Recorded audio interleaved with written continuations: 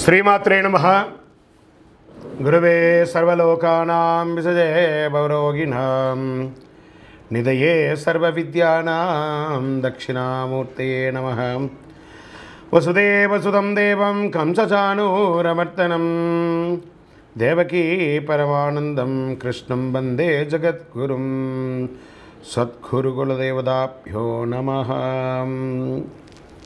ప్రతి ఒక్కరు కూడా మీ యొక్క గురువులను, మీకు విద్య నేర్పిన గురు, మీ యొక్క ఉద్యోగంలో గురు, మీకు వ్యాపారంలో గురు, మీ ఇంటి గురువులు, జగద్గురువులందరినీ కూడాను ప్రార్థన చేసుకోండి. ఈ నెల మనం చెప్పబోయే ఈ యొక్క జాతక ఫలితమంతా కూడాను గురుగ్రహ స్థాన చలనం, దాన్ని గురు పెయర్చి అంటారు. రానున్న మే 1, 2024 నాడు స్థానం మారుతున్నారు. బృహస్పతి తన యొక్క స్థానం మేషరాశి నుండి వృషభ రాశికి మారుతున్నారు. ఈ యొక్క బృహస్పతి యొక్క అనుగ్రహంతో ఈ 12 రాశుల వారికి, ద్వాదశ రాశుల వారికి ఈ సంవత్సరం ఎలా ఉండబోతుందని ఒక్కొక్క రాశిగా మనం తెలుసుకోబోతున్నాం.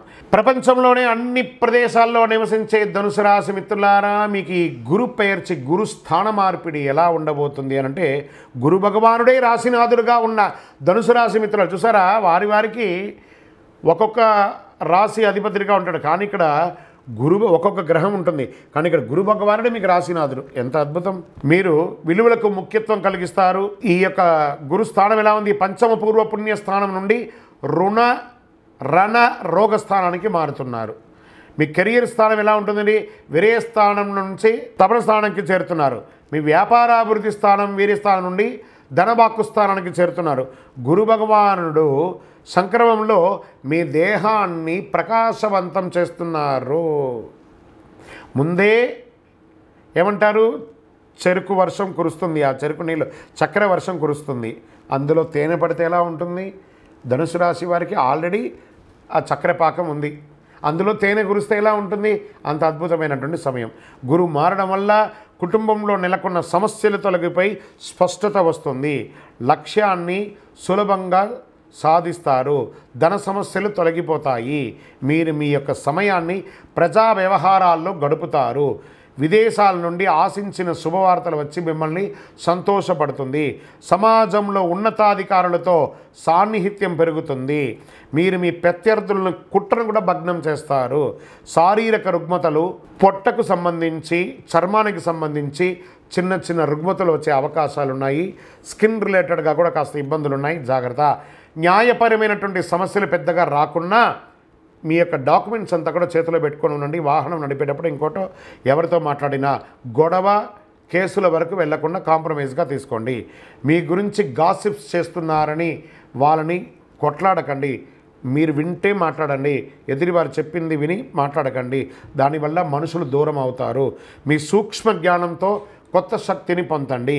మీరు కుటుంబంలో కలిసి విందులు మరియు వినోదాలు లేదా పర్యాటక స్థలానికి వెళ్తుంటారు. మీరు ఆర్థిక వ్యవస్థలో గొప్ప వృద్ధిని సాధిస్తారు. వ్యక్తిగత మరియు ఉమ్మడి వ్యాపారాల్లో బాగా రాణిస్తారు. వావ్, ఇది అద్భుతం. మీరు పోటీదారులను అధిగమిస్తారు. పోటీదారులు మిమ్మల్ని చూసి భయపడిపోయే ఒక సమయం ఇది. ఇల్లు బాగు చేయడం లాంటివి చేయండి. షేర్ మార్కెట్ మరియు స్పెక్యులేషన్ రంగంలో అధిక రాబడి. లాంగ్ టర్మ్లో, షార్ట్ టర్మ్, ఇంట్రాడే ఫ్యూచర్స్లో వెళ్ళి ఉన్నది కాస్త పోగొట్టుకోకండి. అనవసరపు ప్రయాణాలకి దూరంగా ఉండండి. ప్రయాణాలు చేసేటప్పుడు మీ యొక్క విలువైన వస్తువులు జాగ్రత్త. అలాగే మీరు ఉద్యోగం చేసేటప్పుడు ఉన్నతాధికారులను సంప్రదించి ముఖ్యమైన నిర్ణయాలు తీసుకుంటారు. ఉద్యోగులపై పై అధికారులు ఆగ్రహానికి గురయ్యే అవకాశాలు సంవత్సర ద్వితీయంలో ఉంది. కాస్త సాఫీగా ఉండండి. సహోద్యోగుల సహకారంతో అన్ని అడ్డంకులు తొలగిస్తారు. కొందరికి ఉద్యోగరీత్యా విదేశాలకు వెళ్ళడం కూడా జరుగుతుంది. వ్యాపారులకు కొత్త వ్యాపారంలో ఎక్స్పాన్షన్ ఆఫ్ యువర్ బిజినెస్ ఉంటుంది. కొత్త ప్రాజెక్టులు అమలు చేయడం ద్వారా కస్టమర్ల దృష్టిని ఆకర్షిస్తారు. రాజకీయ నాయకులకి కొత్త పదవులు వస్తాయి. ప్రయాణాలు లాభం కలిగిస్తాయి. మీరు అనుకున్నటువంటి యోగం మీకు వస్తుంది. శక్తివంతంగా పూర్తి చేస్తారు. అదే సమయంలో కార్యకర్తలు మిమ్మల్ని కొంత నిర్లక్ష్యం చేస్తారు. కాబట్టి వారి అవసరాలను తీర్చండి. రాజకీయ నాయకులారా, వారి కార్యకర్తలు ఉంటేనే మీరు బాగుంటారు. కాబట్టి వారి అవసరాలు తీర్చండి. స్త్రీ పురుషులు ఇరువురు కూడా గురు సంచారంతో అదనపు ఆదాయాన్ని పొందుతారు. విలాసవంతమైన వస్తువులు కొనుగోలు చేయడంలో ఆనందిస్తారు. భార్యాభర్తలు ఒకరికొకరి ప్రేమానురాగాలను పెంచుకుంటారు. కుటుంబంలో శుభకార్యం చేసే అవకాశాలు ఉంటుంది. విద్యార్థులకు పై చదువుల కోసం వెళ్ళి మీరు అనుకున్న యూనివర్సిటీలో అద్భుతమైనటువంటి పొందుతారు. గురువారం నాడు మీ పరిహారం ఏంటి? గురువారం నాడు దక్షిణామూర్తికి మాల వేయండి, శనగలు మాల వేయండి. ఓం సద్గురవే నమః అనే యొక్క మంత్రాన్ని పారాయణం చేయండి. వారి వారి జాతకంలో ఉన్నటువంటి దశాబుద్ధుల గ్రహాల ద్వారానే జాతకం మారుతుంది అని కూడా చెప్పడం జరుగుతుంది. ఓకే, ఈ గురు భగవానుడు అంటే ఎవరు? అసలు మనకు ఒక బయోడేటా ఉంటుంది కదా, నేను సో నా పేరు ఇది, నా గోత్రం ఇది, నా ఇల్లు ఇది, నేను ఇంత చదువుకున్నానని. ఈ గురువు ఎవరు? ఆయనకి సొంత ఇల్లు ఏది? ధనుస్సు, మీనరాశి ఆయనకి సొంత ఇల్లు. ఉచ్చరాశి ఎవరు? కర్కాటక రాశి. నీచరాశి ఎవరు? మకర రాశి. ఆయనకి ఇష్టమైనటువంటి దిశ ఏది? ఉత్తర దిశ. అతిదేవత ఎవరు? బ్రహ్మ. బృహస్పతి గురుని యొక్క రంగు ఏది? పసుపు. ఆయన ప్రయాణం చేసే వాహనం ఏది? ఏనుగు. ఆయనకి ఉపయోగించే ధాన్యాలేంటి? శనగలు. ఆయనకి ఇచ్చే పుష్పాలేంటి? రోజ్బెర్రీ అంటారు. వస్త్రం పసుపు రంగు వస్త్రం వారికి ఇష్టం. వారు ధరించే రత్నం ఏంటి? పుష్యరాగం, కనక పుష్యరాగం. వారికి ఇచ్చే నివేదన ఏంటి? శనగల పొడితో తయారు చేసిన అన్నం చాలా ఇష్టం వారికి. వారికి ఇచ్చే లోహం ఏంటి? బంగారం. ఆయన యొక్క జాతి ఏంటి? మగ జాతి. ఆయన యొక్క అవయవం ఏంటి? కండరం ఆయన యొక్క అవయవం. స్నేహపూర్వకమైనటువంటి గ్రహాలు ఈ బృహస్పతికి ఎవరెవరున్నారు? సూర్యుడు, చంద్రుడు, అంగారకుడు. శత్రుగ్రహాలు ఎవరు? బుధుడు, శుక్రుడు. ఆయన యొక్క భార్య ఎవరు? తారాదేవి. మరి ఆయన పిల్లలు ఎవరు? భారద్వాజుడు, కుజుడు. ప్రార్థనా స్థలాలు ఏమున్నాయి? దక్షిణామూర్తి స్థలాలు, గురుస్థానాలు. గురు భగవానునికి సంబంధించిన అన్ని దేవాలయాలు ఆయనకి ప్రార్థనా స్థలమే.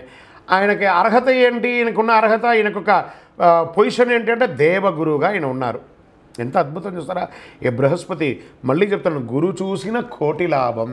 ఈ వ్యక్తిగత జాతకానికి కింద ఉన్న నంబర్కి వాట్సాప్, మీ పేరు, date of birth, time of birth, place of birth WhatsApp చేయండి. ఓన్లీ వాట్సాప్, కాల్ చేయకూడదు. మీ పరిసర ప్రాంతాల్లో ఉన్న వారిని కూడా సంప్రదించవచ్చు. ఇంకను సకల దోషాలు తొలగడానికి సద్గురవే నమః అని ప్రార్థన చేయండి. నోరు అదుపులో పెట్టుకోండి. విజయోస్తు.